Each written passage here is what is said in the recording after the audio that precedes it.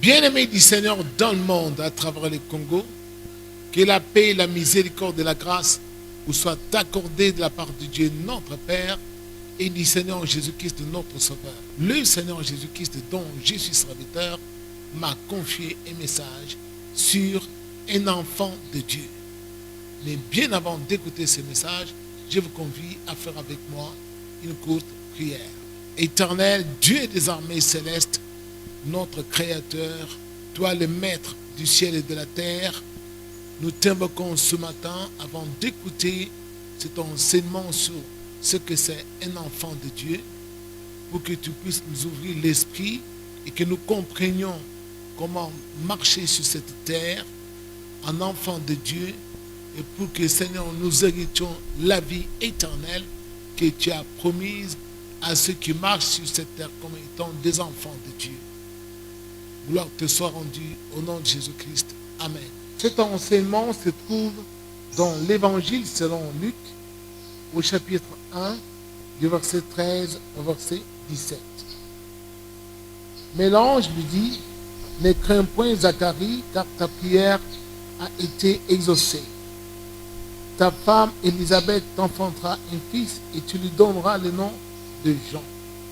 Il sera pour toi un sujet de joie et d'allégresse, et plusieurs se réjouiront de sa naissance. Car il sera grand devant le Seigneur. Il ne boira ni vin, ni liqueur enivrante, et il sera rempli de l'Esprit Saint dès le sein de sa mère. Il ramènera plusieurs des fils d'Israël au Seigneur leur Dieu.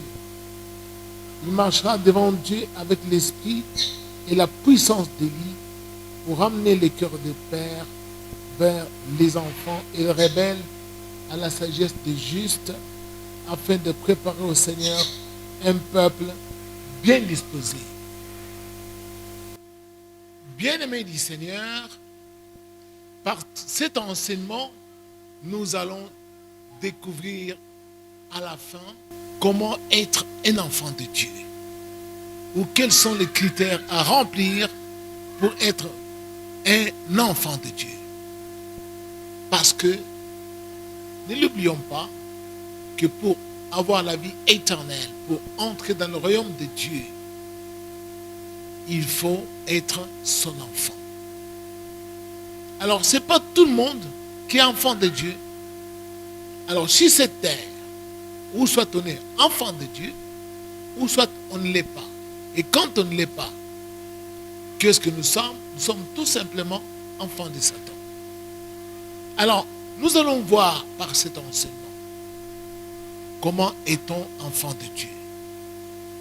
Et chacun, à la fin, va s'examiner lui-même pour découvrir s'il est enfant de Dieu ou s'il est enfant de Satan. Nous venons de lire cette histoire. Un enfant devait naître. Et cet enfant devait s'appeler Jean. Et il devait naître dans quelle famille? Dans la famille de Zacharie et de sa femme Élisabeth, qui était stérile depuis de nombreuses années, demeurant sans enfant. Les gens se moquaient d'eux, alors que Zacharie était au service de Dieu en tant que sacrificateur. Mais quand le moment fut accompli, Dieu lui envoya l'ange Gabriel pour lui dire, voici ta femme sera enceinte et ta prière a été exaucée et elle enfantera un fils. Et cet enfant sera un sujet de joie et d'allégresse pour toi. Et plusieurs vont se réjouir en sa naissance.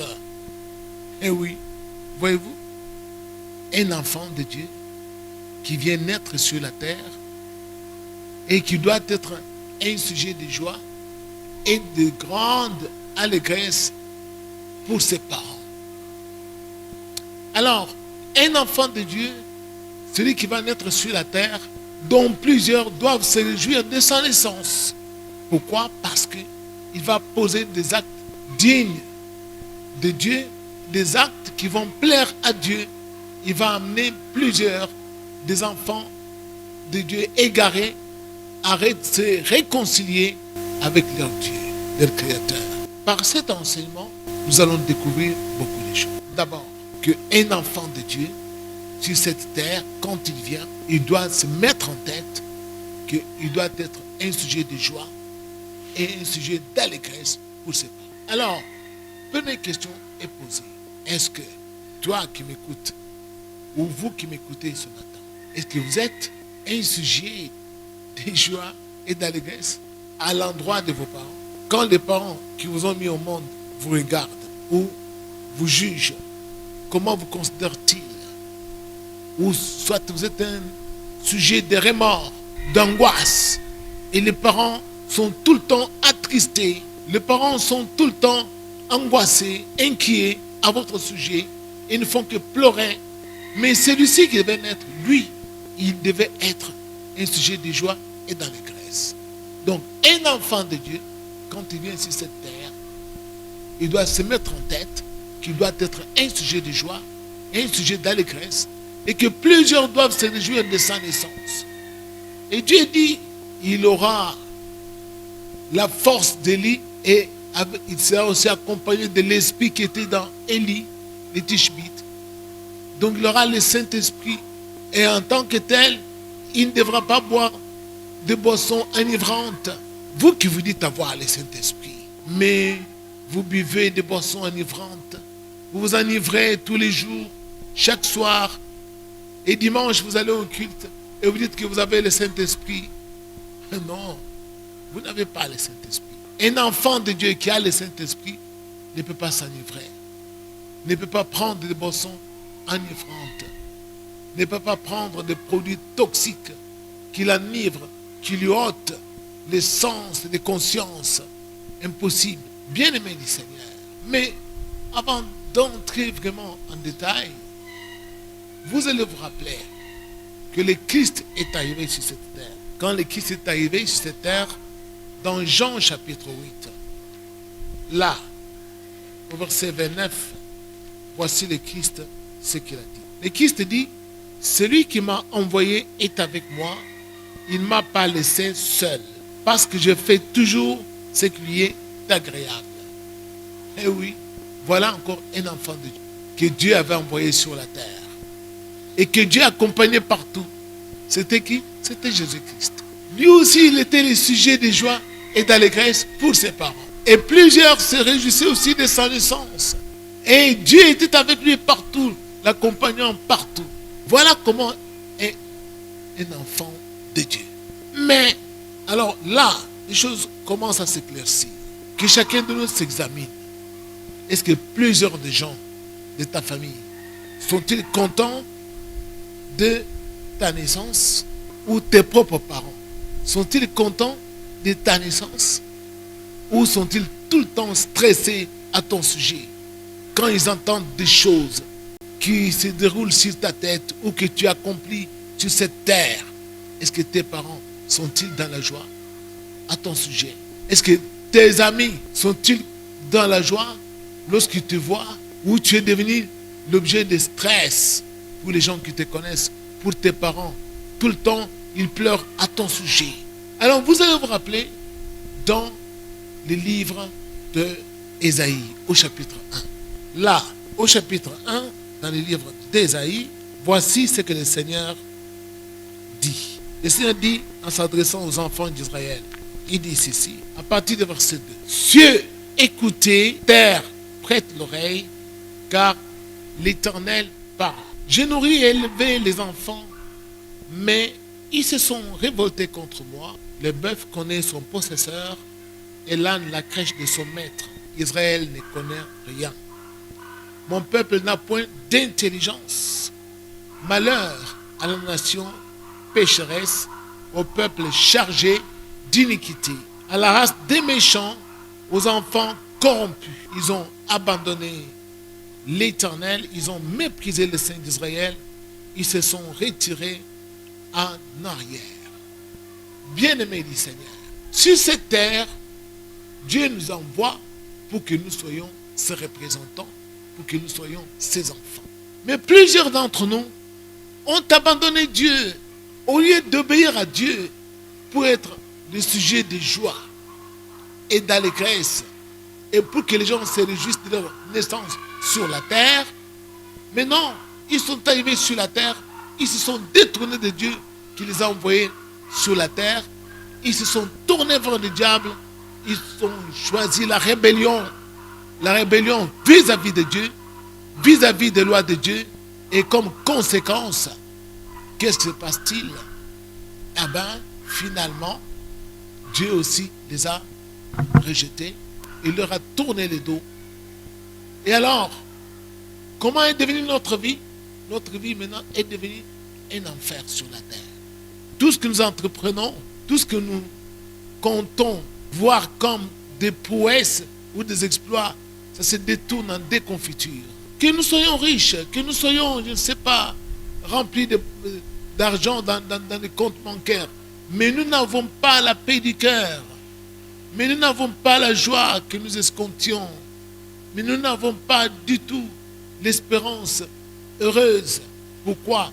Tout simplement parce que nous sommes devenus une frayeur pour ceux qui sont avec nous. Parce que nous ne garantissons pas le bonheur ni la paix parmi ceux qui nous côtoient. Nous sommes devenus des gens dont notre mort est même souhaitée. Bien-aimés du Seigneur, les gens doivent se réjouir de votre naissance et dire, même si tu n'étais pas né, il aurait fallu que toi tu sois né, parce que tu nous es important, parce que tu nous es précieux.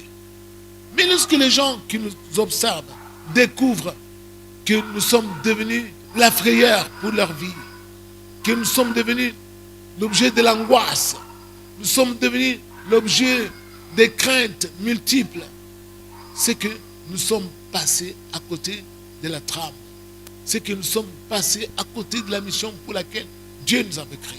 Il est grand temps que chacun d'entre nous s'examine. Il y avait beaucoup de gens en Israël qui aussi attendaient l'avènement ou l'arrivée de Messie.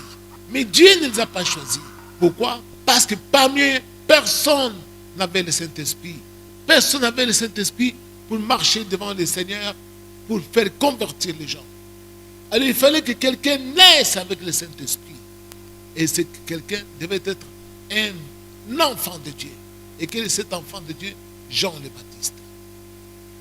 Alors vous comprenez maintenant pourquoi que le Saint-Esprit que Jésus-Christ a promis n'a pas promis le Saint-Esprit aux païens, à ceux qui s'enivrent, qui prennent des liqueurs fortes, qui sont dans des bars, dans des boîtes de nuit, se réjouissant, buvant, s'enivrant. Non, le Saint-Esprit a été promis aux enfants de Dieu, à ceux qui ont cru en Jésus-Christ, qui croient en son évangile. Ceux-là, il leur a donné le pouvoir de devenir enfants de Dieu. C'est pourquoi il leur a promis le Saint-Esprit quand il est monté au ciel. Et il leur a envoyé le Saint-Esprit. Et quand le Saint-Esprit est descendu le jour de la Pentecôte, le Saint-Esprit n'était pas descendu sur tous les habitants de Jérusalem. Le Saint-Esprit était descendu uniquement sur ceux qui avaient choisi d'être enfants de Dieu. Tandis que Judas Iscariote, qui lui avait choisi la trahison, qui lui avait aimé l'argent, il est allé à la perdition, a trouvé la mort. Il n'a pas eu part au Saint-Esprit. Eh oui.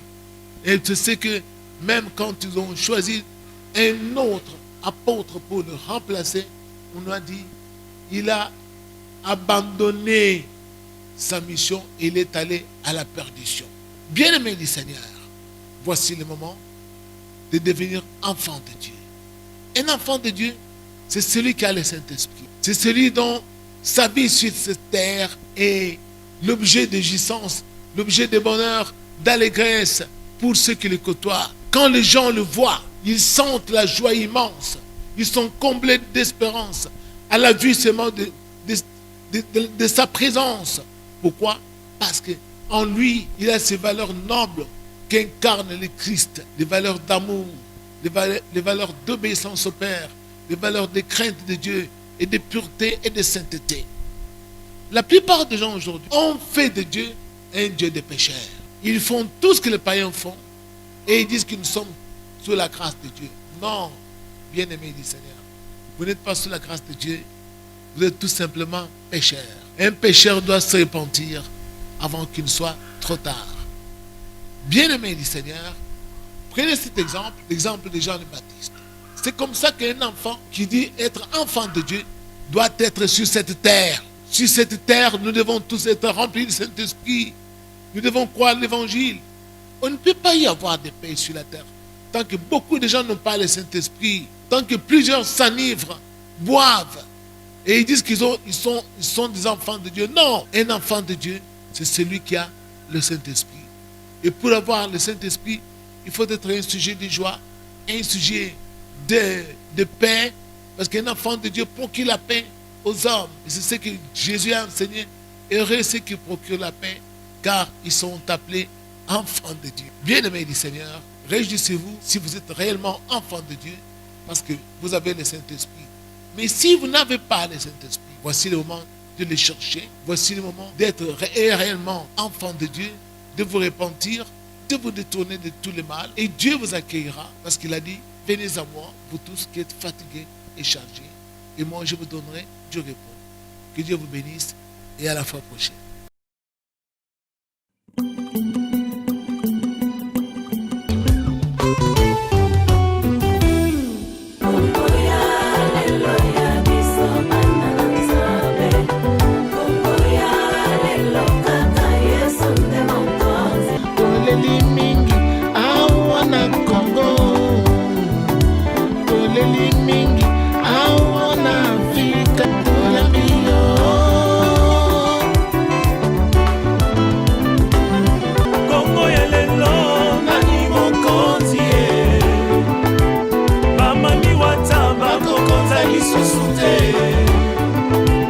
Bato soloka bakokonza lisusu te.